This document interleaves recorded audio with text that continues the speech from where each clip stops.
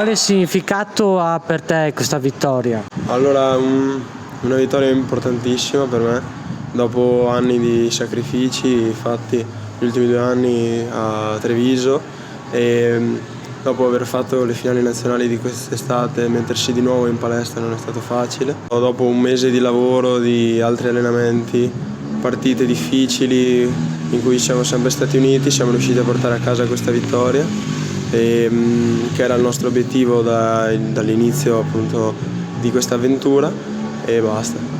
Sono felice e spero di continuare in questa direzione.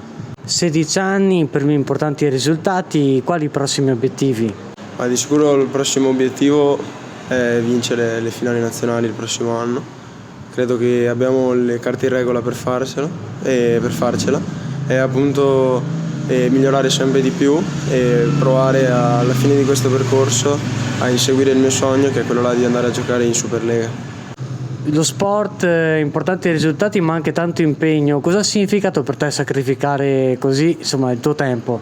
No, di sicuro non è facile magari rinunciare quella volta a uscire con gli amici per andare comunque a allenamento, oppure al sabato e la domenica stare sempre in palestra per fare le partite, però poi quando questi sforzi vengono ripagati appunto da questi risultati e ti rendi conto che comunque gli sacrifici che hai fatto non sono stati vani, che comunque sono serviti. Hai dei consigli da dare ai tuoi coetanei?